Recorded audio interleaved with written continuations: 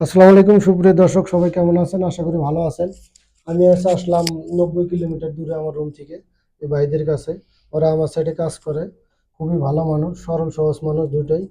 তো কেমন আছো সাইদুর? আলহামদুলিল্লাহ ভালো আছি। আপনি কেমন আছেন ভাই? এই তো আলহামদুলিল্লাহ, কাজ কাম ভালো চলছে। জি ভাই, কাজ কাম অনেক ভালোই করতেছি ইনশাল্লাহ। এখানে তো মরুভূমি জায়গা, দোকানপাট নাই, সবজি টবজি পাও? না ভাই, এখানে মরবি ভাই কোনো কিছু পাওয়া যায় না, সবজি পাওয়া যায় না। সবজি আসলে জানা লাগে, যদি নিজে যাই আনতে পারি নাই তো না। তাও এখানে কোনো কিছু পাওয়া যায় না, আর সব জিনিস অনেক দাম। একটা বাকাল আছে, অনেকগুলো দাম। আমি তোমার জন্য সামান্য কিছু গিফট নিয়ে আসছি।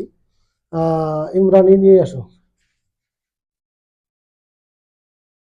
এখানে দেখো, এই যে চাউল আছে, 10 কিলো চাউল আছে এখানে, ধরে নাও। এখানে এই যে টাটকা গাছের সিম নিয়ে আসছি। এখানে যে তেল, এই তেলটা এখানে কত নেয়? এখানে ভাই 18 টাকা 20 টাকা রাখে। অনেক দাম এখানে সব জিনিস। এই তেলটা এখানে 18 রিয়াল 20 রিয়াল রাখে। আমি আমার ওইখান থেকে নিয়ে আসছি, শহর থেকে। 12 রিয়াল নিচে, প্রাণ কোম্পানির তেল, অনেক ভালো তেল। তো আমি তোমার জন্য সামান্য কিছু গিফট নিয়ে আসছি। আমার দর্শকের কাছে তোমার অনুভূতিটা বলো। দর্শকের কাছে অনুভূতি, আমার বাইরে সবসময় আপনারা পাশে থাকবেন। বাইরে লাইক কমেন্ট শেয়ার দিয়ে ভাইয়ের পাশে থাকবেন। ভাই একটা ভালো মানুষ, গরিব দুঃখীর পাশে আছে, আপনারা সবাই থাকবেন। সবসময় বাইরে ভালোভাবে দেখবেন আর কি। ওর কাছে দাও। তোমাকে ধন্যবাদ অনেক। তো তোমার কি অবস্থা? আল্লাহর রহমতে অবস্থা ভালো। বেতন টেতন তো ঠিক মতো হ্যাঁ, পাইতেছ? বেতন টেতন ঠিক মতোই পাইতেছি। এর আগে কার মাধ্যমে আসছিলে? এর মধ্যে টাঙ্গালি দালালের কাছে মাধ্যমে আসছিলাম। টাঙ্গালি দালাল আইনা কাগজপাতি করে দেয়নি? না, কোনো কাগজপাতি কিচ্ছু করে দেন নাই।